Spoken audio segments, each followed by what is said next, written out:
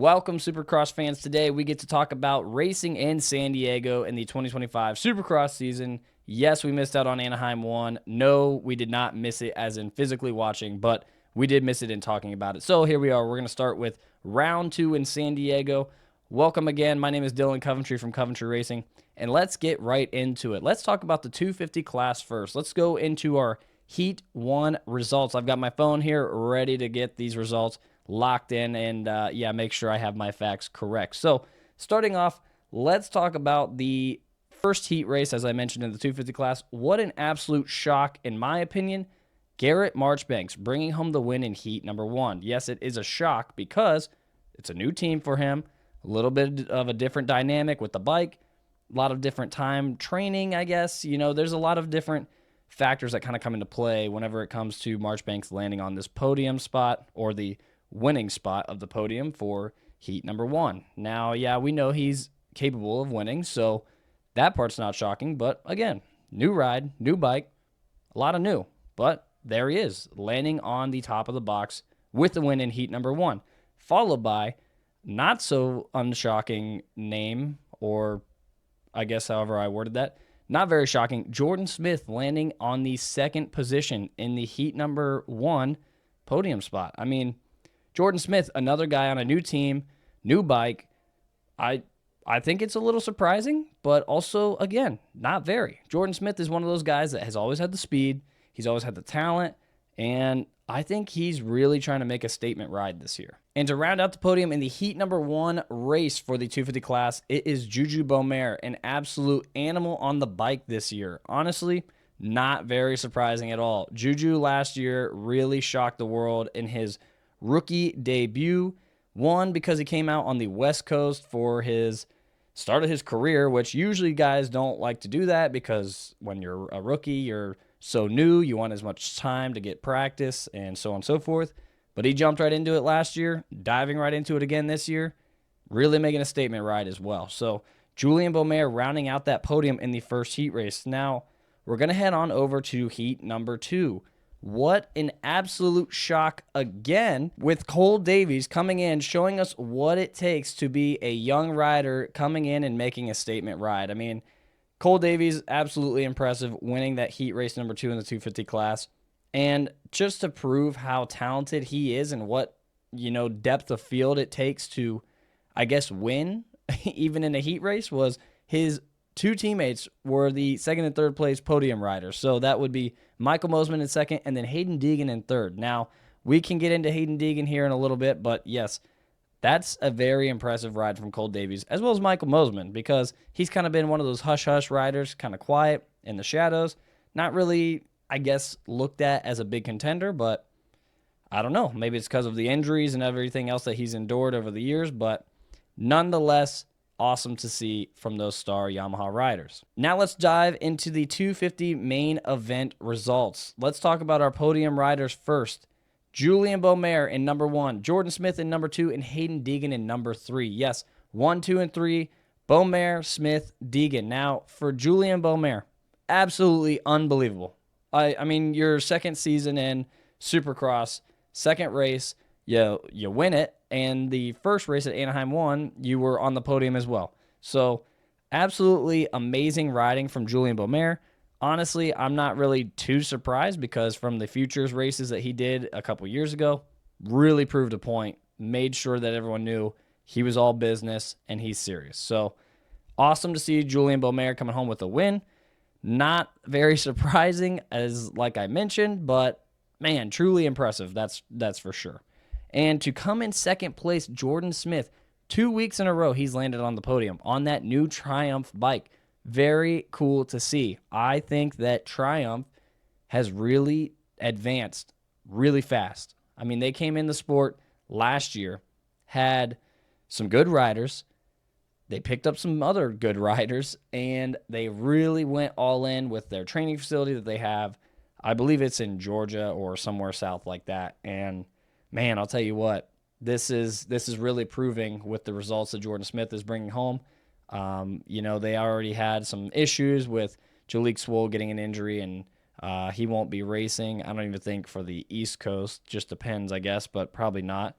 Austin Faulkner is going to be racing on the East Coast. Styles Robertson is racing here on the West Coast with Jordan Smith as well. But then you've got third place coming in to finish the podium spot for the main event is Hayden Deegan for that 250 class. And let me tell you what, it was a very good ride on Hayden's end.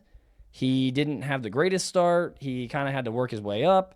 Kind of reminds us of last week. You know, he had to really work his way up from Anaheim 1, back in the pack, going up to like 5th, I believe. So just a lot of, working from the back, which, Deegan is good at doing. That's fine. He can go from, even dead last to like 5th place, like we mentioned. And, working your way up is great. But imagine what he could do from a good start. So I'm very curious to see what this is going to look like for him for these next couple weeks. I'm thinking he's going to be training really hard on his starts for the next couple days of training between rounds. It'll be very interesting to say the least. But yeah, that was quite the, I'd say, set of racing for the 250 West Coast at San Diego. And we're going to talk about a special rider that unfortunately had a very rough situation, Joe Shimoda. Honestly, really wanted good things for Joe Shimoda this year. Started off really hot in Anaheim 1, coming home with a win. San Diego, in qualifying, I was watching qualifying. Things were going good. Then the bad things happened, which was, yes, of course, broke a couple fingers. He broke a couple fingers off of a pit board. It happens. Just very unfortunate that it was Joe, especially considering he was, really kind of setting himself up to be a title contender. Now, him still racing in the main event at night was really a true testament to how tough he is, because I'll tell you what, it would take a lot to try and go out there and race whenever you have a broken or a couple broken fingers and your hand is as swollen as his was. So props to Joe Shimoda for sticking it out and still racing to save those points. I mean, that had to hurt. But let's head over to the 450 class. Now we're going to go into heat number 1 with Jet Lawrence being your winner, Cooper Webb coming in second, and Jason Anderson to round out that podium spot in third. Now, this was a little bit more of Jet Lawrence that we've seen in the past. I think, I don't want to say he's been, I guess lazy, but maybe he was thinking this could be a lot easier than he expected. Could be wrong. Maybe I'm just saying things to say things, but truthfully what it comes down to is Jet Lawrence in the past was, it seemed as though extremely motivated, highly motivated, all out, wants to win. We didn't really see that in Anaheim 1, but also seemed like he had some bike issues. So I'm not going to be, discrediting him too much. But anyway, saw him come out in heat race number 1 in San Diego. Absolutely killed it. Really very Jet Lawrence-esque, kind of more of his thing. He even mentioned it in the post-race interview. This was his first time being first this season for qualifying or heat races or main event. So, yeah, kind of different for him, which is, I think, probably good. I think this was good for him. Cooper Webb rode really well as Jason Anderson. Now, nothing crazy from heat number 1 in the 450 class. But on to heat number 2, we have some more heavy hitters going with Eli Tomac as your winner, Chase Sexton in second, and then Ken Roczen in third. Now, Sexton and Roczen, those two landing in, second and third the way they did, reminds you of Anaheim 1, right? Considering they were both on the podium. It went 1-2 for them at Anaheim 1, and Eli Tomac at Anaheim 1 showed how fast he can be, working from dead last after that first crash on the first lap to make his way all the way up to 5th. And honestly, I think Eli Tomac has some incredible speed, and he really proved it in the heat race, and obviously we saw that at Anaheim 1. So very happy for Eli Tomac to bring home that heat race win. It was an awesome win, to say the least, and that really translated well when we go over to the main event, which is what we're going to check into right now, because we have 3 guys that landed on that podium that we kind of expected to be there. Maybe we didn't expect to be there. Number 1, winning the all for the 450 class in the main event in San Diego was Eli Tomac, and what a statement ride that was. But to get onto that in a second, we're going to go on to our second and third place guys. That would be Jet Lawrence in second, and then Cooper Webb in third. Now, Cooper Webb, I feel like this track really translates well to him. It seems to be some very technical rhythm sections. It was tight. It was a shorter track. This seemed very Cooper Webb type of track. I don't know why, but he really thrives on those types of tracks. Then we saw Jet Lawrence going out there and throwing down some very fast laps, kind of proving where he stands and showing, hey, I don't care what you guys say. I don't care what the bike says. I'm proving right now that I am still fast. I can do whatever I want. That is until old Eli Tomac, the beast mode, came out swinging. My goodness. Eli Tomac was on rails for the entire moto. It was truly a statement ride and truly something I was thrilled to watch. Eli Tomac really showed just how fast he was, just how fast he can still be, and really just proved a point. I feel like he came out saying with his riding, I am still great. I will always be great. Don't discredit me. Don't count me out. I'm going to show you just what I'm capable of doing. And he did that. So that was a really fun moto to watch. Absolutely crazy when you watch these main events with these guys. I mean, these are some of the best riders in the world. And every week that they go and race Supercross, I feel like they just prove it more and more, especially when you look back at the biggest rhythm section of the night where it went triple, quad, and it was not an easy triple to get out of that corner. Kind of a very technical triple, I want to say. The quad, you could go a little long, but still, I mean, it was a huge quad. So these guys just absolutely blow my mind every week when they race, but nothing less to say about Eli Tomac. That was an incredible statement ride from him.